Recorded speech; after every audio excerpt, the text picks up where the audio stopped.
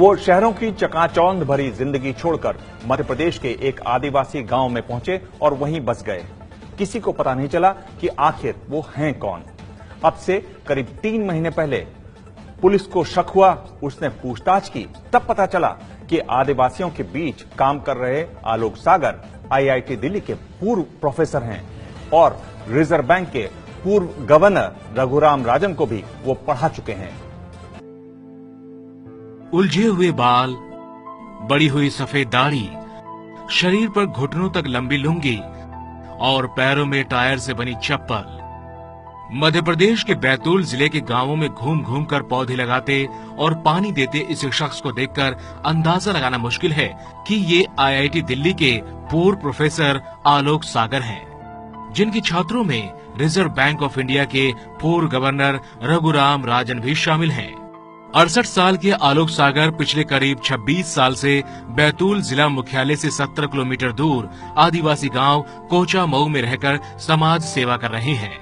हमारा तो एक ही सोच है कि इंसानों के बीच में किसी भी तरह की सोच, इंसानों को सोच से पैदा की हुई गैर बराबरी खत्म होनी चाहिए।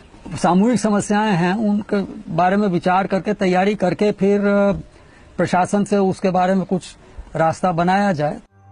एक अनुमान के मुताबिक आलोक सागर अब तक बैतूल जिले में ही 50,000 से ज्यादा पेड़ पौधे लगा चुके हैं। उनकी सीख का असर ये है कि गांव के बहुत सारे लोगों ने पेड़ काटने छोड़ दिए। हमारे आदिवासी समाज में तो हर घर में हर आदमी के नाम से कुल्हाड़ियां बनते हैं झाड़ काटने के लिए।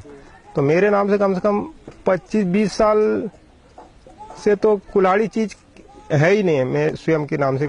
दिल्ली में जन्मे आलोक सागर ने आईआईटी दिल्ली से 1971 में इलेक्ट्रिकल इंजीनियरिंग में बीटेक और 1973 में एमटेक की डिग्री ली। इसके बाद वो अमेरिका चले गए और 1977 में ह्यूस्टन यूनिवर्सिटी से पीएचडी की डिग्री हासिल की। पढ़ाई पूरी करने के बाद वो भारत लौट आए और 1980 के दौरान आईआईटी दिल्ली में पढ़ाने का काम किया। लेकिन 1982 में उन्होंने आईआईटी से इस्तीफा दे दिया और समाज सेवा के काम में जुट गए।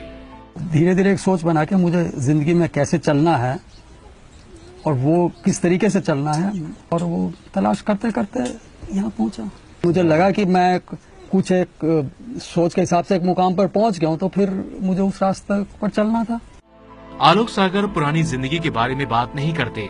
यहाँ तक कि जिन लोगों के बीच वो 26 साल से रह रहे हैं, उन्हें भी हाल तक उनके बारे में ज्यादा जानकारी नहीं थी। आलोक का पूरा परिचय तब सामने आया जब मई 2016 में विधानसभा उपचुनाव के दौरान पुलिस ने उन्हें संदिग्ध मानते हुए इलाके से चले जाने को कहा।